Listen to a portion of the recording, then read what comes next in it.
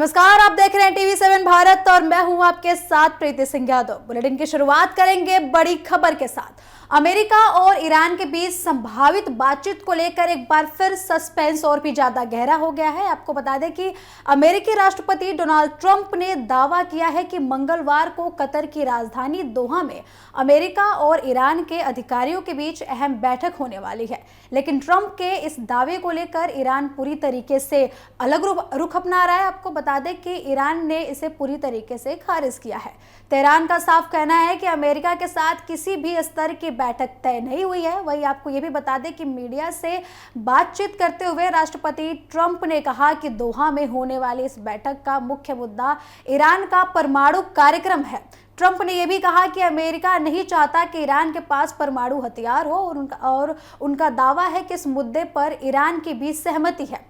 इससे पहले ट्रंप ने अपने social media platform truth social पर दावा किया था कि ईरान ने बातचीत की पहल की है और बैठक का अनुरोध किया है, लेकिन ईरान ने इस दावे को सिरे से खारिज कर दिया है।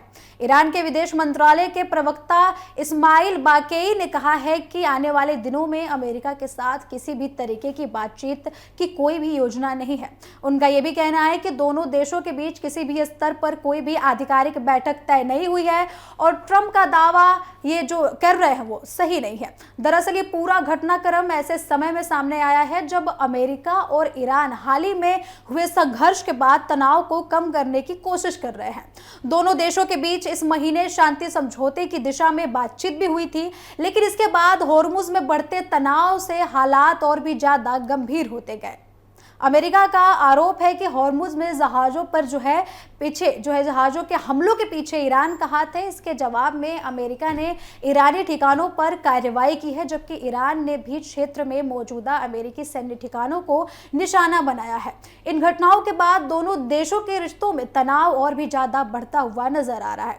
इसी बीच खबर यह भी सामने आई है कि अमेरिका की ओर से राष्ट्रपति ट्रंप के विशेष दूत स्टीव और उनके दामाद जेरेड कुशनर दोहा पहुंच सकते हैं। वहीं ईरान का एक तकनीकी प्रतिनिधिमंडल भी कतर जाने वाला है। हालांकि ईरान ने स्पष्ट किया है कि ये यात्रा जो है अमेरिकी अधिकारियों से किसी भी तरीके की बातचीत या फिर बैठक के संबंध में नहीं है। फिलहाल स्थिति पूरी तरीके से स्पष्ट नहीं हो पाई है, लेकिन एक तरफ अमेरिकी राष्ट्रपति डोनाल्ड ट्रंप बातचीत होने का दावा कर रहे हैं तो दूसरी ओर ईरान लगातार किसी भी आधिकारिक बैठक से इनकार कर रहा है। ऐसे में पूरी दुनिया की नजर अब दोहा पर टिकी हुई है, क्योंकि दोनों देशों के बीच वास्तव में बातचीत होती है या फिर कूटनीति या फिर ये बयानबाजी साबित होती है। इस पे सबकी नजरें टिकी हुई हैं।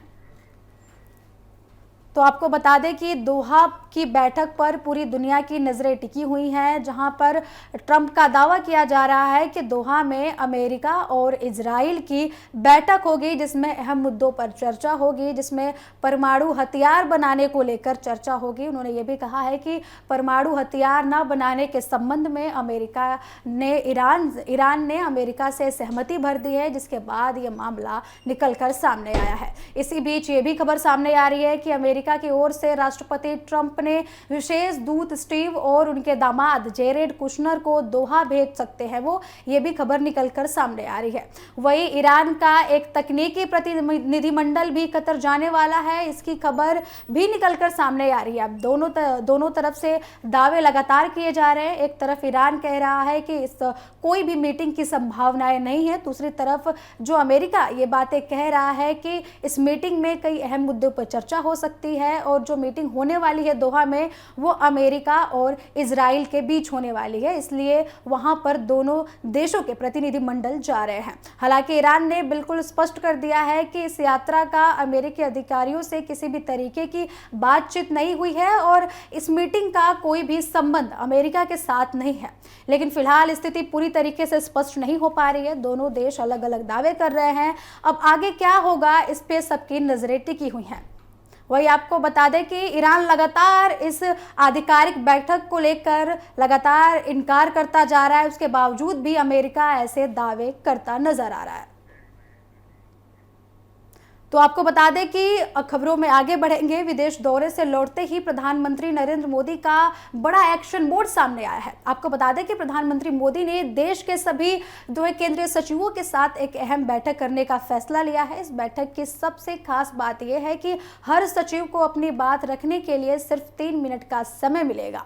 इसी दौरान उन्होंने अपने मंत्रालय के कामकाज, सुधारों की स्थिति और आगे की कार्य योजनाओं और प्रधानमंत्री के सामने कार्य योजना सारे मंत्री पेश करेंगे। आपको बता दें कि सूत्रों के मुताबिक ये भी खबर निकलकर सामने आ रही है कि इस हाई लेवल बैठक का मुख्य फोकस डीरेगुलेशन यानी कि नियमों को आसान बनाना, ईज ऑफ डूइंग बिजनेस यानी कारोबार को सरल बनाना, ईज ऑफ लिविंग यानी कि आम लोगों की जिंदगी को आसान बनाना है और आत्मनिर्भर भारत के लक्ष्य को आगे बढ़ाना भी सामने आ रहा है। अब बैठक में हर केंद्रीय सचिव को बताना होगा कि उनके मंत्रालय में अब कौन कौन से सुधार किए गए हैं, कौन कौन से सुधार किए जाने हैं, नियमों को सरल बनाने के लिए क्या क्या कदम उठाए गए हैं और आगे की योजनाएं क्या है और किन बदलावों की जरूरत महसूस की जा रही है। सरकार चाहती है कि अलग अलग मंत्रालय में चल रहे सुधारों की समीक्षा हो और उन्हें तेजी से आगे बढ़ाया जाए।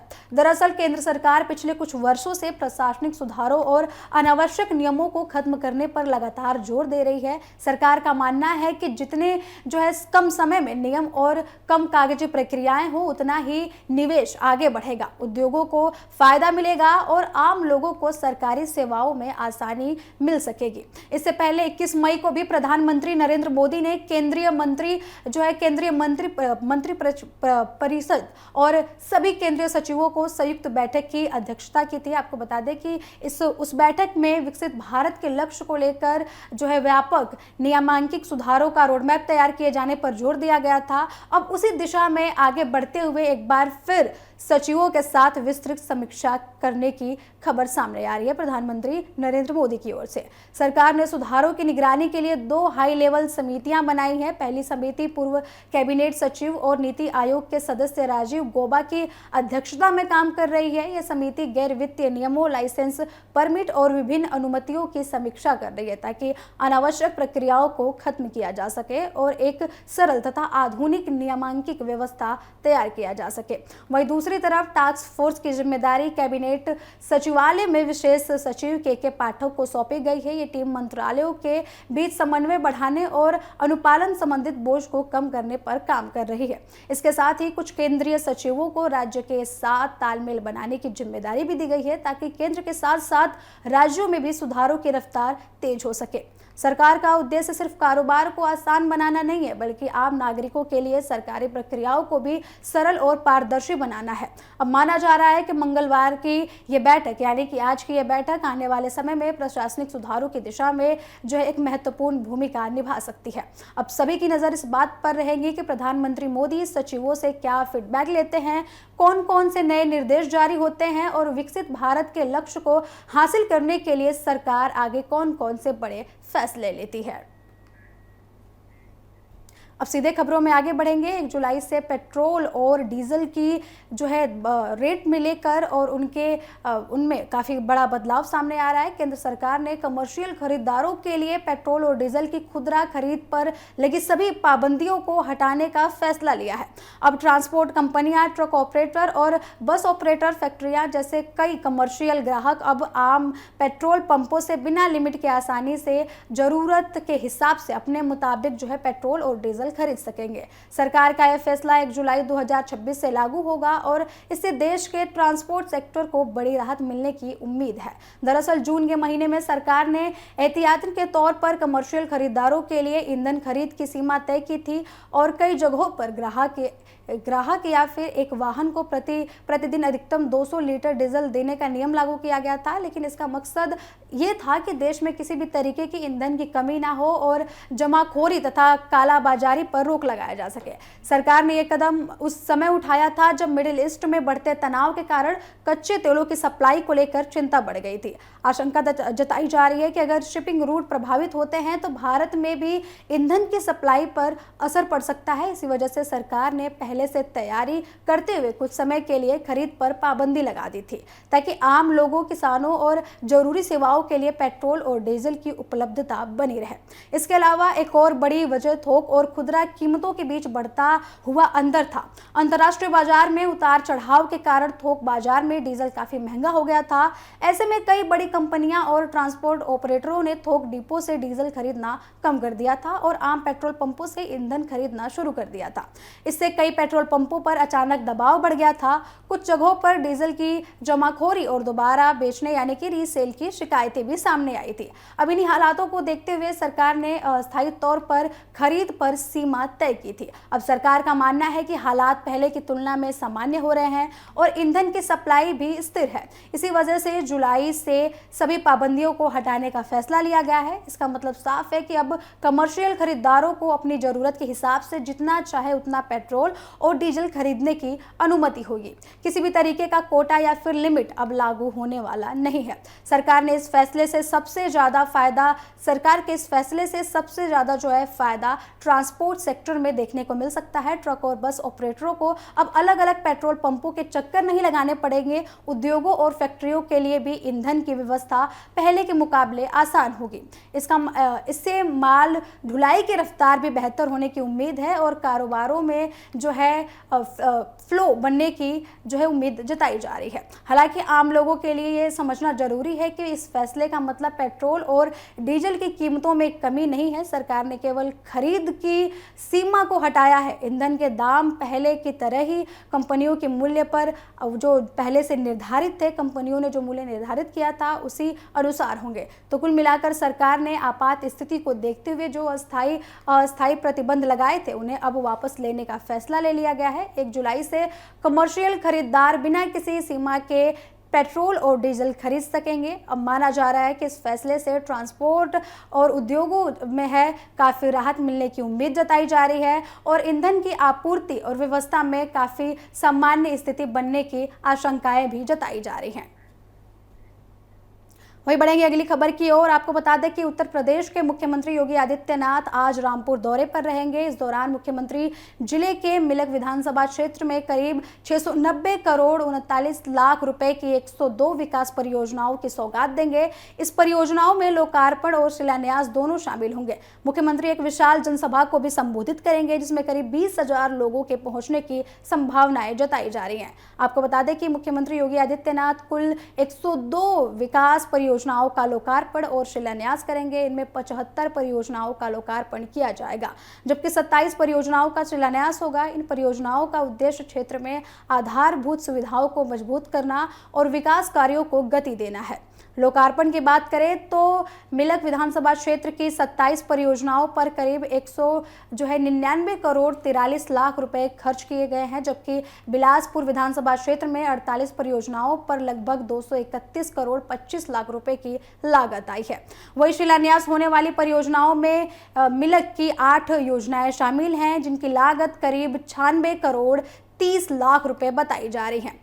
इसके अलावा बिलासपुर की 19 परियोजनाओं का भी शिलान्यास होगा जिन पर लगभग 163 करोड़ 41 लाख रुपए खर्च किए जाएंगे। मुख्यमंत्री कार्यक्रम के दौरान जनसभा को संबोधित करेंगे और सरकार की विकास परियोजनाओं तथा प्रदेश सरकार की उपलब्धियों की भी बात करेंगे। आपको बता दें कि सुरक्षा व्यवस्था के लिए पूरे जिले में कड़े इंतजाम किए गए हैं। पुलिस अधीक्षक के नेतृत्व में सुरक्षा की कमान संभाली जाएगी। उनके साथ अतिरिक्त पुलिस अधीक्षक, 11 क्षेत्र अधिकारी, 32 इंस्पेक्टर, करीब 250 उप निरीक्षक और 1000 से अधिक पुलिसकर्मी भी तैनात किए गए हैं। इसके अलावा 2 कंपनी पीएसी भी सुरक्षा व्यवस्था में लगाई गई है।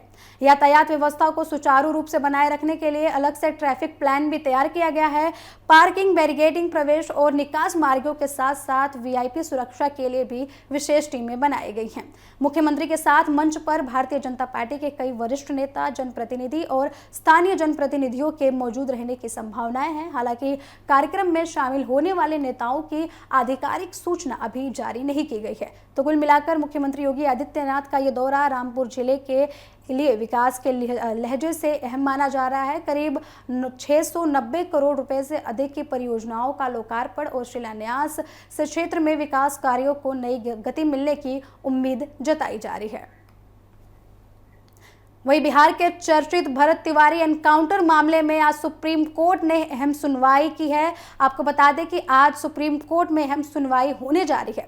इस मामले को लेकर दाखिल जनहित याचिका पर सर्वोच्च अदालत विचार करेगी। याचिका में एनकाउंटर की सीबीआई जांच करने, इसमें शामिल पुलिसकर्मियों के खिलाफ एफआईआर दर्ज करने और पूरे मामले की निष्पक्ष जांच करने की भी मांग की गई है। यह मामला 17 जून को बिहार के भोजपुर जिले में हुए भरत भूषण तिवारी, जिन्हें भरत तिवारी के नाम से जाना जाता है, के एनकाउंटर से जुड़ा हुआ है। इस घटना के बाद से लगातार सवाल उठ रहे हैं और अब मामला सुप्रीम कोर्ट तक पहुंच चुका है। सुप्रीम कोर्ट में जस्टिस एम सुंदरेश और जस्टिस शील नागू की पीठ इस याचिका पर सुनवाई करेगी। सुप्रीम कोर्ट के अधिवक्ता विशाल तिवारी ने जनहित याचिका दायर करते हुए मांग की है कि मामले की जांच केंद्रीय जांच ब्यूरो यानी कि सीबीआई को सौंपी जाए ताकि निष्पक्ष और स्वतंत्र जांच सुनिश्चित हो सके।